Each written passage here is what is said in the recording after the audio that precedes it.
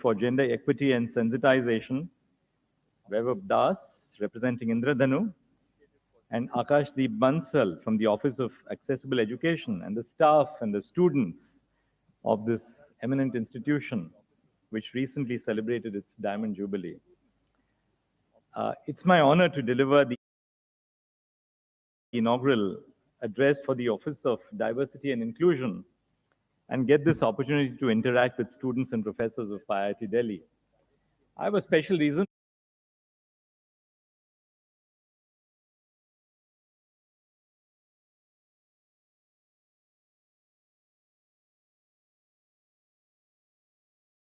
to be here as well. I grew up in Delhi. I did part of my schooling in Delhi, and of course, I went to college. I went to St. Stephen's, where I studied economics and mathematics, and then I continued to do my law at Campus Law Center. And traveling by the ubiquitous DTC routes, I would pass by IIT when the conductor would normally proclaim that IIT Delhi has arrived. I always looked with a little bit of what could have been at these hallowed halls of IIT, which I never was able to enter, and looked at them with a certain degree of trepidation and awe. And it's with that sense of trepidation and awe with this Hall of Excellence that I've ventured to accept this invitation and speak to you and share some of my thoughts this evening. Today marks really a very special day for all of us, as we get a chance to celebrate the 4th anniversary of the Supreme Court's decision in Navtej Singh Johar. While the decriminalization of Section 377 of the Penal Code has enabled queer people to emerge as legally empowered citizens and demand their rights rightfully and proudly, structural changes are still needed to ensure that we are able to extend these positive legal effects to marginalized queer people who continue to face intersecting oppressions. Intersectional discrimination is not something which is only confined to the queer, but certain groups of queer people, due to their caste and class positions, are more susceptible and vulnerable to the abuse of law, both in terms of symbolic and material harm. Discrimination is intersectional in the sense that our identities intersect. The experience of, say, a Dalit blind woman would be very different from the experiences of a Dalit male student, or for that matter, from the experiences who a student from the non-Dalit segment of society, who is or is not visually challenged, would bear in the day-to-day life. So it's these intersectional identities. All of us have different identities. We are an amalgam of a plurality of identities. I don't think any one of us has one singular identity which is definitive of the life which we live or of our experiences. But the much needed first legal step that the Supreme Court was able to take with the decriminalization of homosexuality in Navtej would not have been possible without the stories and the experiences of the petitioners and countless others whom they represented before us. One of the connected petitions was named Anvesh Pokuluri versus Union of India before the Supreme Court. And it comprised of a spirited chorus of 20 students and alumni from various IITs across the country, including IIT Delhi, representing Pravriti, a support group for LGBT members of the IIT fraternity. The youngest petitioner before the court was actually a young 19-year-old student of IIT Delhi, By taking a stand before the court in the Section 377 litigation, students and alumni of IITs helped in building a modern contemporary India, not just by advancing her technical skills, but by taking the country closer to her constitutional values. I must share with all of you that when I got the invite for this inaugural talk, I read and reread the quote which the Office of Diversity and Inclusion had added in their proposal. The line, which is taken from the Navte judgment, says, "Our Constitution, above all, is an essay in the acceptance of diversity. It is founded on a vision of an inclusive society which accommodates plural ways of life." I pondered over what it means for our educational institutions. In my understanding, what it signifies for all our universities and institutes of higher education is that they must look like the India which they represent. If IIT Delhi wants to continue to fulfill its vision of contributing to India's growth through excellence in scientific and technical education and research, of serving as a valuable resource for society, then a diverse, equitable, inclusive, and accessible IIT is needed. As we celebrate 60 years of IIT Delhi and we celebrate the establishment of the Office of Diversity and Inclusion, this may be an appropriate moment to reflect on the transformative possibility of IITs by looking at the intersection of two long-standing concerns of the state: education and social justice. Dr. Babasaheb Ambedkar's was a clarion call to educate, agitate, and organize. He repeatedly emphasized the importance of education for the emancipation of the oppressed sections of our society. However, in his address to the Constituent Assembly on 25th November 1949, Dr. Ambedkar also recognized that independent India was entering into a life of contradictions. The functioning of higher education in India, then as of now, represents this contradiction between hope and disappointment, between promoting social mobility and legitimizing existing inequalities in the name of credentials and degrees and merit. The idea of the IITs took shape in the late 1940s when the Sarkar Committee recommended the creation of higher technical educational institutions.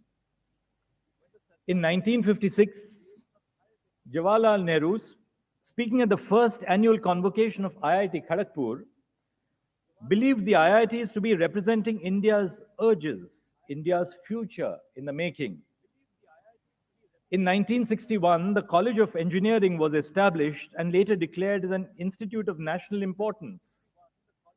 It is now known as the Indian Institute of Technology, Delhi, where we are all gathered.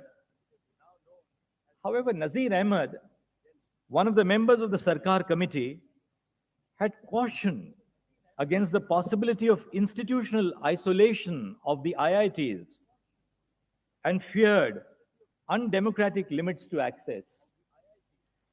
One of the criticisms that has been leveled against the IITs is that they have diverted state resources from primary education while remaining islands of excellence. Now, you may not necessarily agree with that criticism or critique. There have been sustained concerns of limited diversity in the IITs. Even as the base of the student body at the undergraduate level has become more diverse, though diverse not enough, questions have been raised time and again regarding the limited representation of gender diverse and marginalized communities in doctoral programs and faculty positions.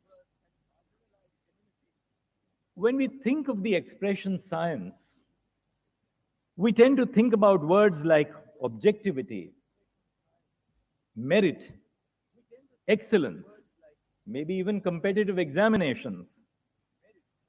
But what do these words and phrases actually mean? For the next few minutes, what I want to do is unpack new meanings of old vocabularies with each of you.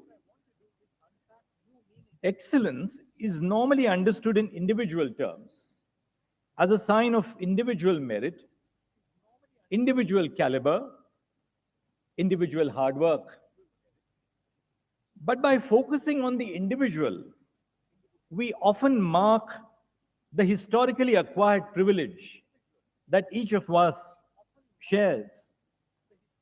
Over the years, families and communities have acquired different types of capital at different levels: economic capital, cultural capital, and social capital. The privileges that accrue to so-called general categories are not limited to English medium schooling, access to coaching centers, but it also includes cultural and social capital that is inherited from their families. In a seminal book which is titled The Caste of Merit, Engineering Education in India by Ajanta Subramaniam,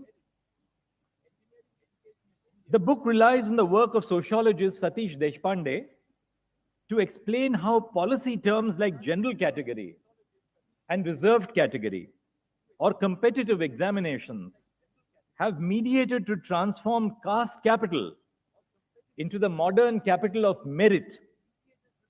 Professor Deshpande points out the story of how upper castes transform their caste capital into modern capital, which is not very well known. By contrast, Deshpande continues, the political leveraging of caste by the lower castes is a recurrent and publicly debated theme. The result of this asymmetry, as he maintains, is that the upper castes are naturalized as the legitimate inheritors of modernity, while the lower castes are hypervisible as the illegitimate purveyors of caste.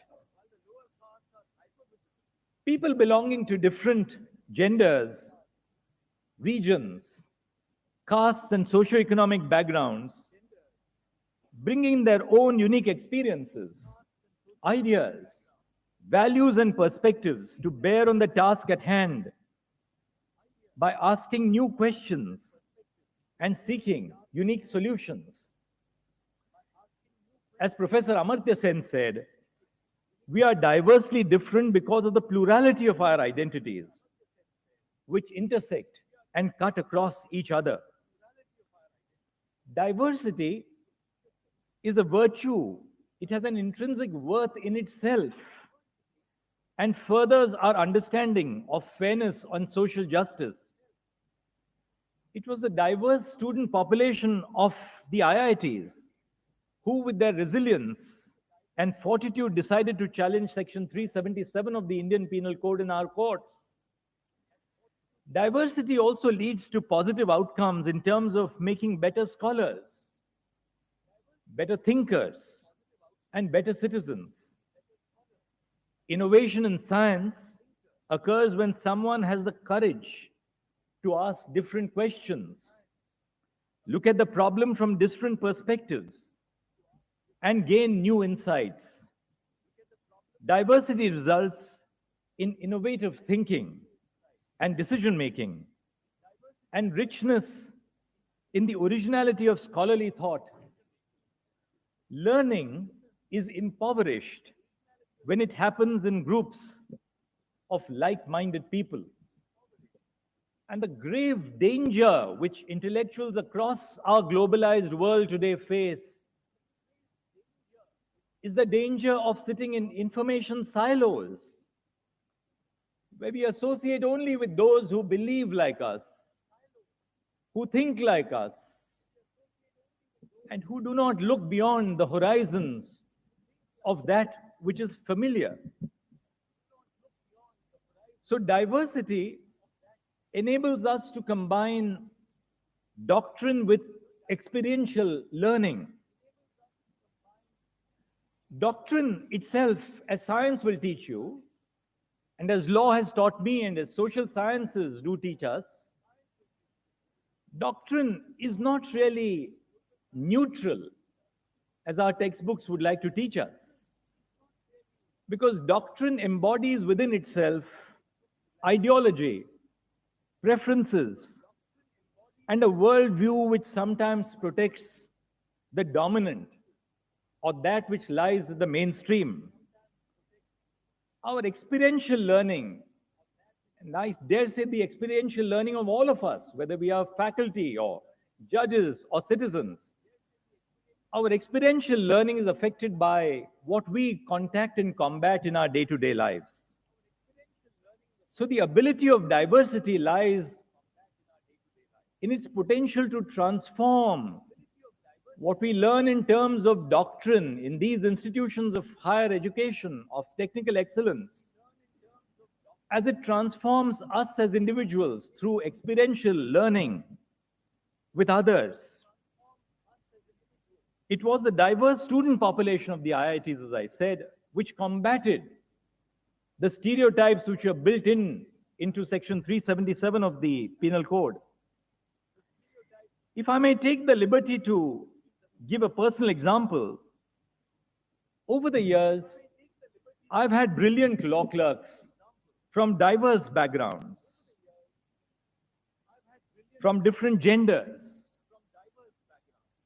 a young Dalit student, castes, classes, regions, and cultural experiences, including students belonging to the LGBTQ community. My interactions with them continue to give me new perspectives, whether it is through the suggestion of a new movie or book, or by actively seeking new solutions to old problems. For example, one of my clerks from the batch of 2020-21 gave me an insight into the various issues of governance that people with disabilities face in their daily lives. In our own office, we ensured that the scanned case files we received were OCR readable. Steps were taken to change the visual capture on the Supreme Court of India website to an audio-visual capture, making it more accessible.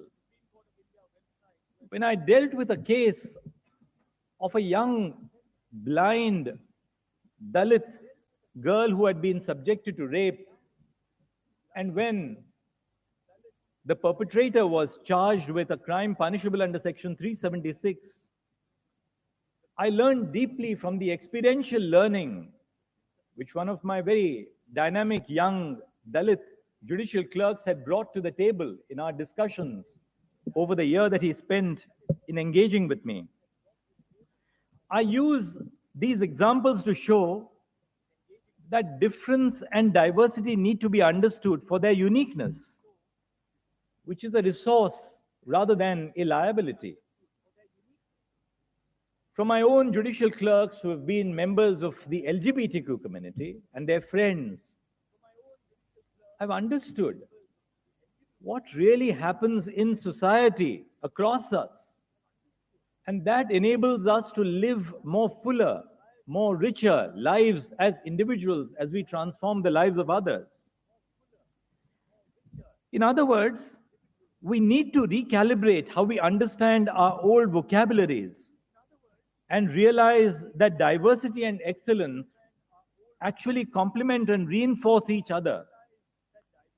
To go back to one of my older judgments, the way we understand merit should not be limited to individual agency or ability, which in any event is not our sole or own doing, but it should be envisioned as a social good that advances equality, because that is the value which our Constitution espouses. It is important to note that equality here does not merely have a redistributive dimension, but also includes recognizing the worth and dignity of every individual. The content of merit cannot be devoid of what we value in our society. Excellence, like life itself, is enriched by diversity. When we talk of diversity, we need to bear in mind that it should exist at three levels. First, diversity must exist in terms of structural diversity, in terms of the composition of the people at the educational institution. Second, diversity in the classrooms and in the teaching resources of our higher institutions. And third, interactional diversity in terms of how inclusive the higher educational institute is to facilitate interactions across diverse groups. Just as technology must have within it the ability to converse with each other at diverse levels, so also accept and respect each other and be accepting of the views of each other. On rare occasions, when students are able to cross the structural barriers and struggle against immense odds to enter institutes of higher education, their toughest battle begins inside the institutes of higher education. An institute which is only diverse, but which is not inclusive, imposes additional burdens on students due to their stigmatized identities. Instances of campus discrimination, microaggressions, social exclusion, feelings of a lack of connectedness, or support from peers and mentors can all have a pernicious impact on the dignity and mental health of students. Social justice cannot be restricted to access alone, but substantive inclusion is needed in higher educational institutes which promotes meaningful social and academic interactions with the larger campus community, including professors, administrators, staff, and peers. I would like to recount the story of Prince Jaibir Singh, a young Dalit student who traveled from Allahabad, now Prayagraj, to Kharagpur, to Mumbai, and ultimately to the Supreme Court in Delhi. Having been allocated a seat in civil engineering at IIT Mumbai, a technical error made Jaibir Singh miss his acceptance fee deadline.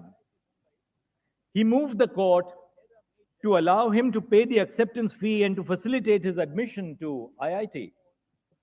Sitting with my colleague Justice A.S. Bopanna, we invoked the Supreme Court's extraordinary power under Article 142 of the Constitution and directed the state to ensure that the bright young student was admitted to IIT Bombay. Special steps in this particular case were necessary since, due to the digital divide and limited resources, technology became an impediment instead of being a great enabler. Jaibir didn't have money to pay the acceptance fee. He had borrowed some money from his sister, but the credit card didn't really give him support at the last minute. Similarly, intentional initiatives aimed at promoting integration in higher education are needed. When purposive initiatives like the Office of Diversity and Inclusion are undertaken, it translates into putting into work, setting goals, timelines, earmarking resources, and seeing what more needs to be done to make it work. The work undertaken by the Office of Diversity and Inclusion, whether it is by providing assistive technologies, holding gender sensitization workshops, initiating conversations through movies like Fundry, providing formal recognition and institutional support to a decade-old initiative like Indradhanu, or organizing remedial and education support programs, this work is the first step forward in the long journey towards the IIT's role in furthering social justice. There is much to be done in the project of realizing diversity, fully integrating diverse communities, different along a number of intersecting dimensions, including gender, class, caste, religion, and culture, both in the Indian society and in our higher educational institutions.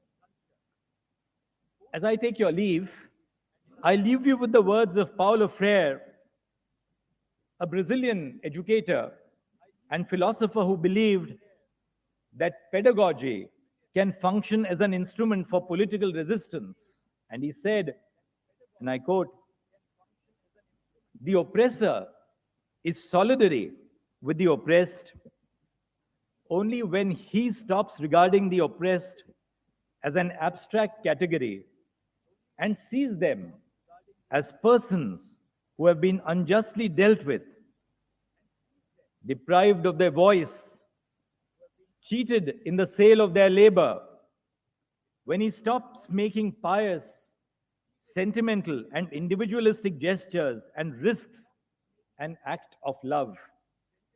True solidarity is found only in the plenitude of this act of love, in its existentiality, in its praxis. To affirm that men and women are persons, and as persons should be free, and yet do nothing tangible to make this affirmation a reality, is a farce, he says.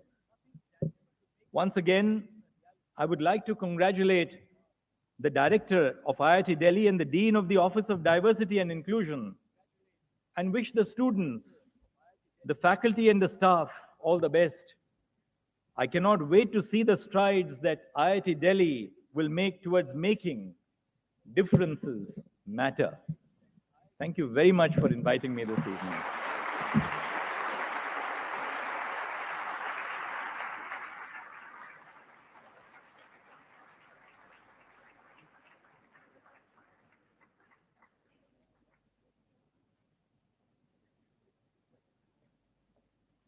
Okay, so actually we hadn't planned for any questions, but Justice Chandrachud has kindly agreed. And I know at least one or two students had emailed me asking about this.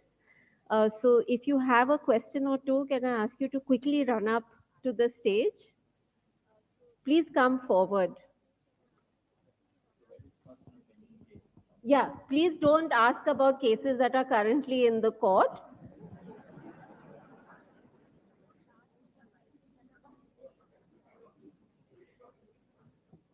Yeah, just a second. I think there's a student with Vaibhav.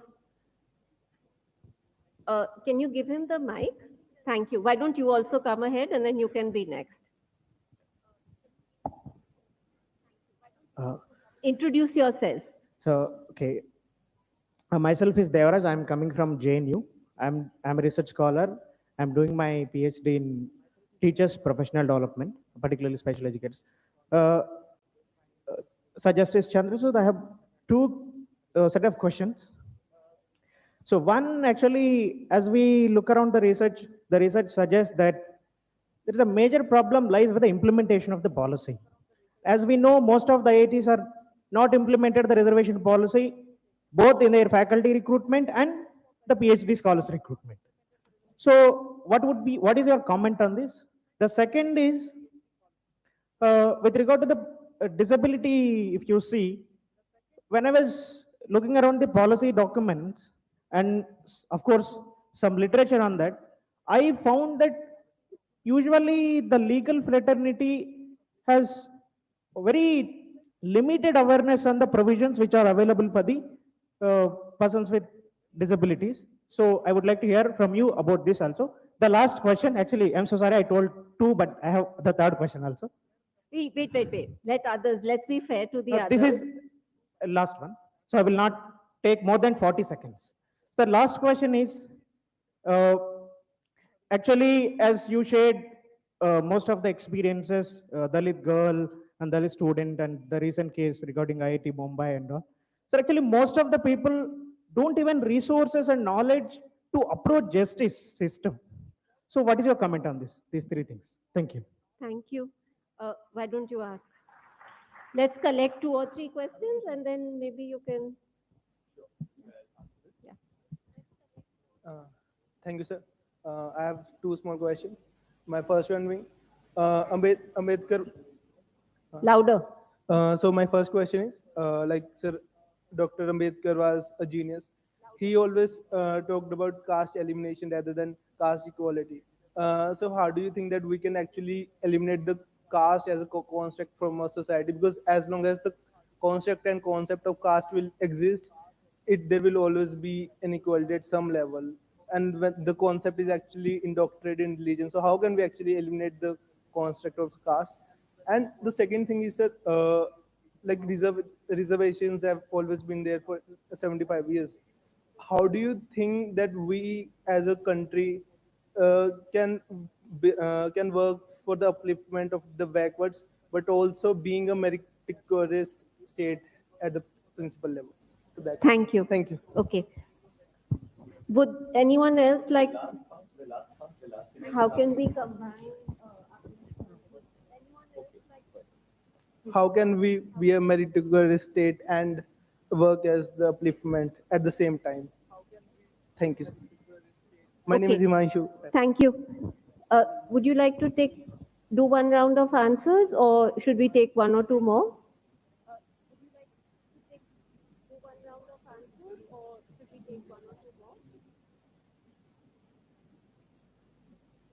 Good evening. Okay. So just one more. Good evening, Maybe Honorable this time it Justice. can be a female student.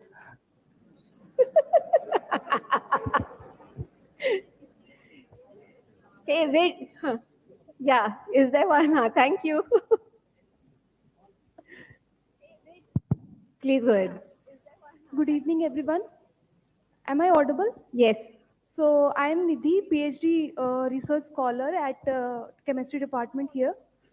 So my one question is from Justice Chandrachud that what I feel is justice is very subtle. So how do you what I think is in like while doing the justice, there's some human biases. So how do you remove that human bias while delivering the kind of judgments you have given and in the future also? So this is my question. Thank you. Thank you.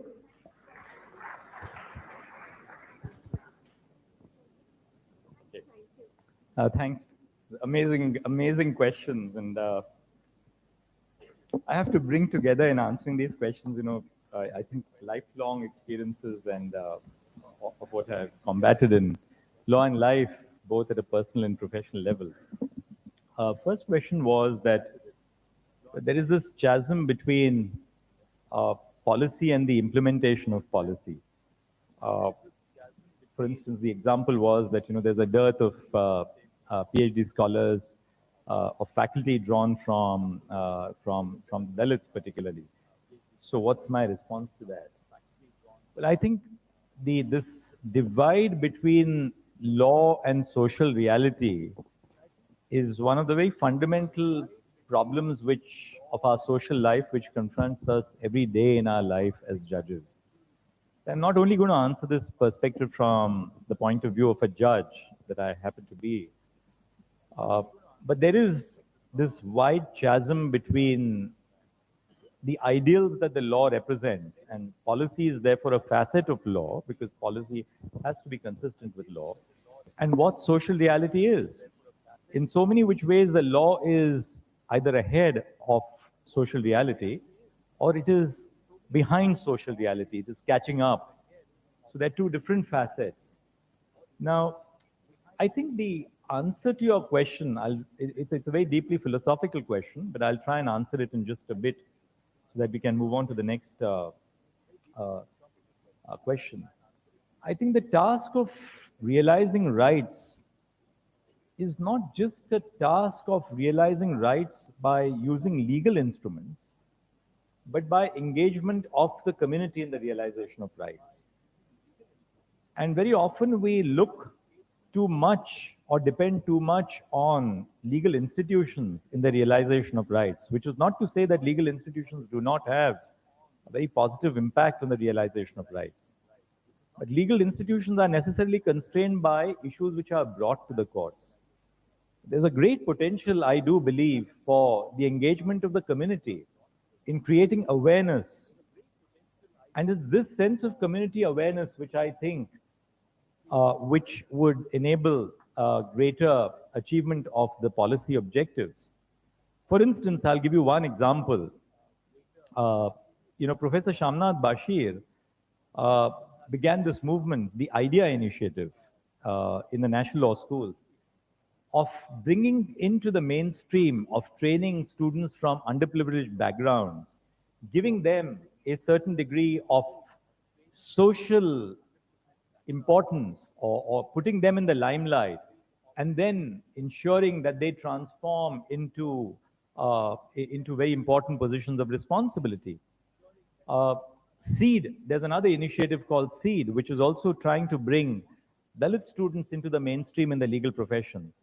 So I think these are examples which can be replicated across various different social platforms, not just in terms of what's happening in medicine or law, but take it across society by bringing greater community awareness on the realization of rights. The second question, I think, which is that the legal profession has very limited awareness about social problems. Now, it's ironical that you say that, because in that sense, the legal profession is really a profession which is in very deep connect with the grassroots of society, where injustice takes place on the ground, so to speak. The problem, I think, which the legal profession just does face is the problem of a certain intellectual isolation, because you tend to believe that law as a discipline is an end in itself. And I think that's one of the grave dangers, because when you forget that the law has a deep connect with social reality, you forget the potential for the law to transform. So the answer to your question is, how do you deal with this? And my answer is very simple. Broaden the base as opposed to focusing on the pyramid. When we broaden the base of the profession, I think that will be a very key. And broadening the base means encouraging people from diverse backgrounds, social, economic, cultural, caste, gender, to enter the profession. And I think that will lead to better awareness. The third question was the lack of awareness of common citizens in approaching justice. And how do you combat this? Well, the lack of awareness may be due to a variety of circumstances. We all know it. Could be due to just the lack of literacy, because of caste domination, gender domination, for a variety of reasons. I think there's a very simple answer to that. The colonial system which we inherited was based on this model that citizens must access justice. And therefore, you look at the design of all the heritage buildings which we have. The heritage design of most of our colonial buildings is somewhere where the citizen reaches out to somebody in power. I think that design thinking has to change. I was talking of, the physical design of the courtroom structures, but I'm going beyond the physical design into a more symbolic design in terms of the design thinking that we want to bring into our institutions, which is our institutions of governance must reach out to citizens. And I think technology has that within us. And the potential of technology today is that it can, instead of having a model where those who desire justice have to seek out justice, technology would enable us to reach out to those who need justice by transforming them. For instance, just this afternoon, in the court, I had a case of 512 life convicts from the state of Uttar Pradesh. Since I've just delivered the order, I can speak about it. So these 512 convicts are serving life sentences for very serious offenses. Now, many of them have put in 25, 30 years, 35 years in jail without any remission. Most of them belong to the most under-resourced and stigmatized segments of our society. So today, for instance, we said in our order that it's not enough that because these 512 have come to the court that their cases for premature release should be dealt with. But we must now be in a position where we will access every individual who is incarcerated in the jail in that particular state and ensure that if they're eligible for premature release, we must reach out to them and provide all the resources necessary for them to apply for premature release. So that model has to change of reaching out to people as opposed to making people, search in vain for where justice lies. The next question was, how do we eliminate caste? Without meaning any disrespect to the question, I just want to say this, that this whole theme that caste must be eliminated is very often perceived to be a theme which the upper caste propagate. Because it is the upper caste who believe that caste is one of the most pernicious features of our Indian society. You talk to people who have been subject to discrimination, to stigmatization, to assault on grounds of caste. Caste defines their identity, and every day of their lives they are reminded of their caste by the perpetrators of those who practice discrimination against them on the grounds of caste. So I think that the true answer to that question must lie in this. And the answer is not to make a casteless society, but to enable those who have been subject to centuries of discrimination. And that discrimination still continues, as we just heard several examples from day-to-day lives.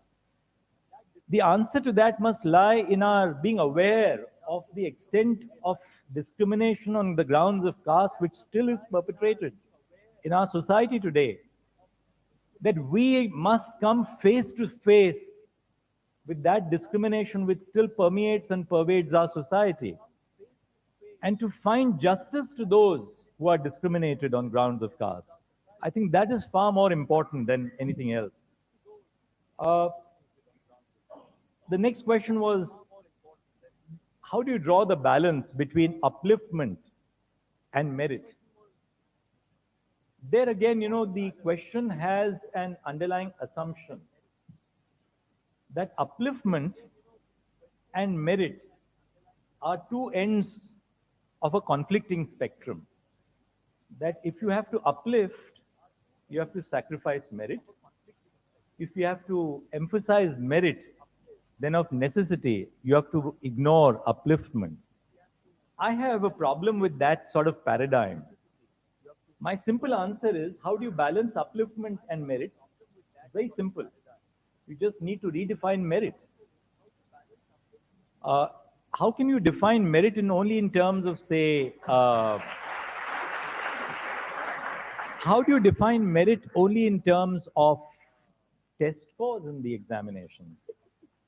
How do you only define merit in terms of entrance tests? Would somebody who scores much better in, say, the CLAT examination, the common law aptitude test, does somebody who scores much higher than somebody else, will that define the potential of that student to become a more responsible citizen or to contribute better to society 20 or 30 years down the line? So I think we need to redefine our notions of merit.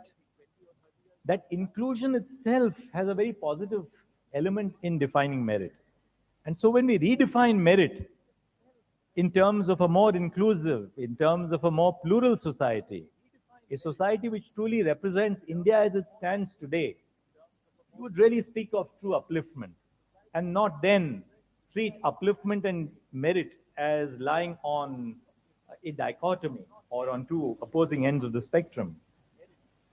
And the last question, of course, which was extraordinarily interesting, which is when you do justice or when you are in a court of law and you have human biases, well, how do you confront those human biases? Well, on a very theoretical level, at a very theoretical level, you are told that the law is objective, that the law is uniform, that it applies equally to everyone.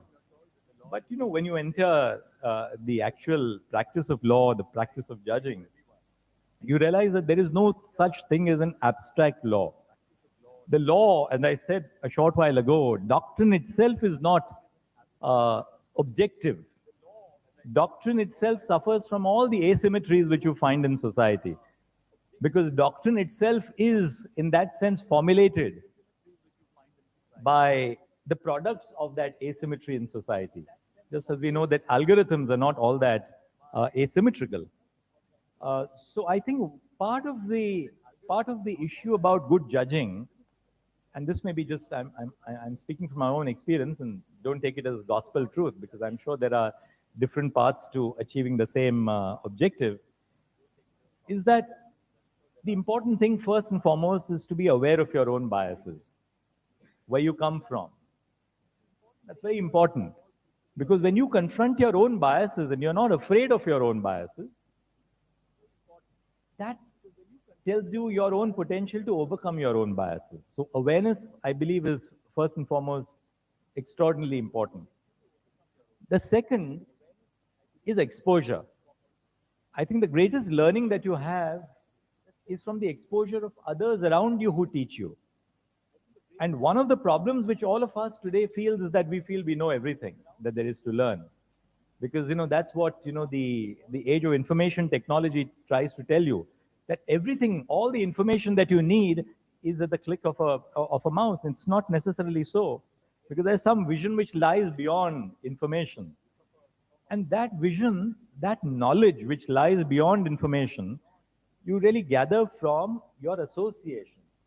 And it is in the multiplicity of association, not with like-minded people, but people who do not necessarily think like you, people who do not necessarily dress like you, people who do not necessarily believe like you, or people who do not agree with you.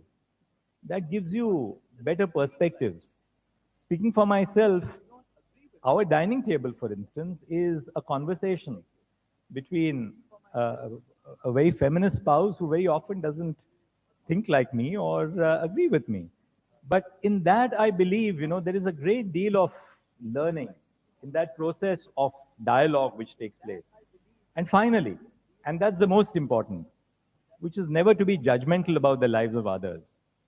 And this not really applies only to a judge, but I think to each one of us, that too very often we tend to judge others. Oh, he is like this, or she is like that. We never wait for a moment and ask ourselves the question, why is he like this? Or why is she like that? And why am I like this?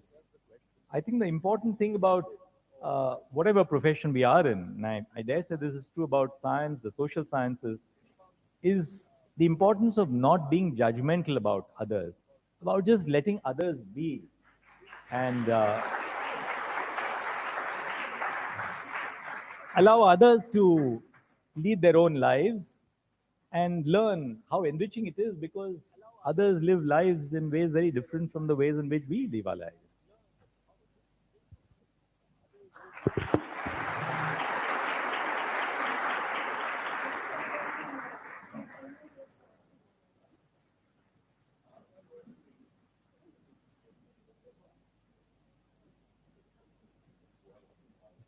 Okay. So I think we're going to call it a day. I'd like to invite Professor Anjali Multani, the Dean for the Office of Diversity and Inclusion, to come and give a vote of thanks.